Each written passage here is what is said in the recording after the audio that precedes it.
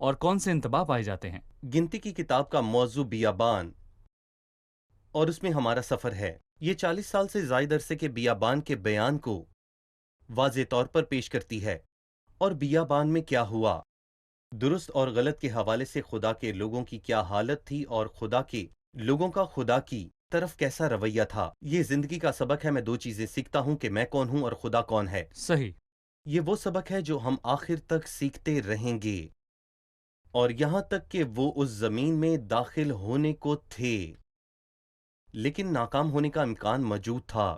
صحیح۔ ایک طرف ہونے کا امکان موجود تھا، صحیح۔ لیکن یہ سب آخری لمحات تک خدا کے ساتھ ملے ہوئے تھے۔ خدا کے فضل اور انسانی ناکامی کے درمیان تصادم تھا، لیکن خدا اس دوڑ میں انسان سے جیت گیا۔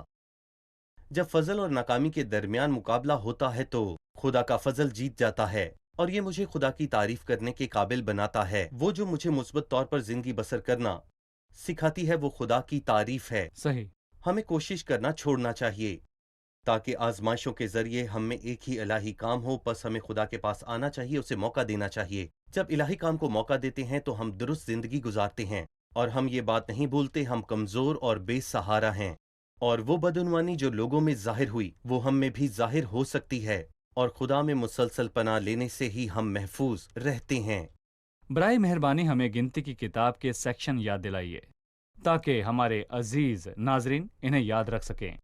اس کتاب میں 36 ابواب ہیں اور یہ بیابان میں لوگوں کے سفر کے بارے میں بات بالکل۔ کرتی ہے۔ اس کے 3 حصے ہیں، وہ دوبارہ پہلے بتائیے۔ باب کی 10ویں آیت سے لے کر 11ویں آیت تک پہلا سیشن ہے جس میں سفر کی تیاری کا ذکر ہے۔ اس نے انہیں تیار کیا، اس نے انہیں منظم کیا کہ ہر ایک کو اپنی جگہ کا پتہ ہو، اور جنگ کرنے والوں کی تیاری ہونی چاہیے تھی۔ لاویوں کو اپنی جگہ کا پتہ ہونا چاہیے تھا، اور کاہنوں کو فسا تیار کرنے کے لیے اپنی جگہ کا پتہ ہونا چاہیے تھا۔ صحیح۔ اور اس کے بعد کا سفر باب 10 کی 11ویں آیت سے شروع ہو کر 20ویں باب تک ہے، جب وہ مواب کے میدانی علاقوں تک پہنچتے ہیں۔ یہ 39 سال کا سفر پہنچتے ہے، ہیں۔ اور انہوں نے دوسرے سال میں چلنا شروع کیا، اور وہ 39 سال تک چلتے رہے، اور انہوں نے ان چیزوں کو قائم کیا جن کے بارے میں ہم نے بات کی۔ ہم کہہ سکتے ہیں کہ مصر سے کوہ سینا اس کے بعد تک کا پہلے سفر باب سے 10ویں باب کی 10ویں آیت تک ہے، صحیح، اور 10ویں باب کی 11ویں آیت سے 20 تک کوہ سینا سے، قادس برنی تک کا اور سفر۔ پھر 21ویں باب سے آخر تک آخری مرحلہ ہے، یہی وہ مرحلہ ہے جب وہ دریا کے کنارے تک پہنچے تھے۔ قادس برنی سے کنعان کی زمین کی حدود تک۔ صحیح۔ اس کتاب میں ہم مسیح کو کہاں دیکھتے ہیں؟ کینان کی زمین کی حدوں تک۔ کیسے؟ پوری کتاب میں دیکھتے ہیں، کتاب کی ہر چیز میں، جیسے کہ سرخ بچیا، اور جیسے کہ پیتل کا سانپ، پناہ کے شہر، اور پھر شہر پناہ، جیسے کہ ہارون کی لاٹھی میں زندگی مسیح بھی جی آئی، اٹھا۔ جیسے کہ بادل میں، صحیح۔ اور پھر من میں وہ صبح کا ستارہ ہے، وہ ستارہ ہے جس کے بارے میں پیشن وہ گوئیاں ایسا ہے، ہے وہ جو ایسا ہے جو حکمرانی کرے گا، اور پھر 24ویں باب میں وہ ستارہ ہے۔ اور میں یہاں پر یہ بھی کہنا چاہوں گا کہ اس میں کوئی ایسا باب نہیں ہے جس میں ہم مسیح کے عکس کو نہیں دیکھتے۔ مسیح کلام کو بھر دیتا ہے، کلام مسیح کے سوا کسی چیز کے بارے میں بات نہیں کرتا، اور اگر میں کسی صفحے پر مسیح کو تلاش کرنے کے قابل نہیں ہوں تو میں اسے ابھی تک سمجھا صحیح۔ نہیں مسیح ہوں، بائبل مقدس کی تمام کتابوں کو سمجھنے کی کنجی ہے، اور خدا اس کے سوا کسی چیز کے بارے میں بات کرنا کیونکہ نہیں مسیح چاہتا۔ کی گواہی نبوت کی روح میں ہے۔ ان لوگوں کو سن کر حیران ہوتا ہوں کہ وہ ہر صفحے پر مسیح کو تلاش کرنے کی کوشش کرتے ہیں، اور کون تلاش کرنے کا مستحق ہے؟ دراصل ہم اس سے پیار کرتے ہیں، اور ہم ہر صفحے پر اسے دیکھنا چاہتے ہیں، ہم اسے ڈھونڈتے ہیں، مگر ہم اسے ہر صفحے پر ڈھونڈ نہیں سکتے، ہم اسے کھو دیں گے، لیکن جب بھی وہ ملتا ہے میں محظوظ ہوتا ہوں۔ شکریہ، آپ کے ساتھ اس کتاب کے مطالعے میں نے بہت لطف اٹھایا، اور مجھے یقین آپ کا ہے کہ شکریہ ناظرین نے بھائی، بھی خدا بہت آپ کچھ کو سیکھا برکت ہوگا۔ دے۔ پروگرام کا وقت ختم ہوا چاہتا ہے، آئیے مہمانوں سے رائے جانیں۔ لہٰذا گنتی کی کتاب سے میں آپ سے پوچھتا ہوں کہ آپ نے کیا سیکھا؟ گنتی کی کتاب اور اس کے ہر صحیفے میں اور ہر چیز میں ہم نے مسیح کو دیکھا ہے۔ ہمیں پتہ چلا کہ اگر کوئی خونی جس سے انجانے میں کسی کا خون ہو گیا ہو تو وہ پناہ کے شہر میں چلا جاتا تھا، اور وہ سردار کاہن کے مرنے تک وہاں رہتا تھا، جو مسیح کی صلیبی موت کی طرف اشارہ کرتا ہے۔ ہم نے دیکھا کہ گنتی کی کتاب بیابان کی کتاب ہے، جہاں انہوں نے 40 سال سفر کیا اور انہوں نے اپنی حکمرانی کو ثابت کیا، لیکن آخر میں ہم نے دیکھا کہ ان کی اس حالت کے باوجود بھی خدا ان کا فضل ان کے ساتھ قائم رہا۔ شکریہ، خدا آپ کو برکت دے۔ ڈاکٹر احسام، آپ کا بھی شکریہ۔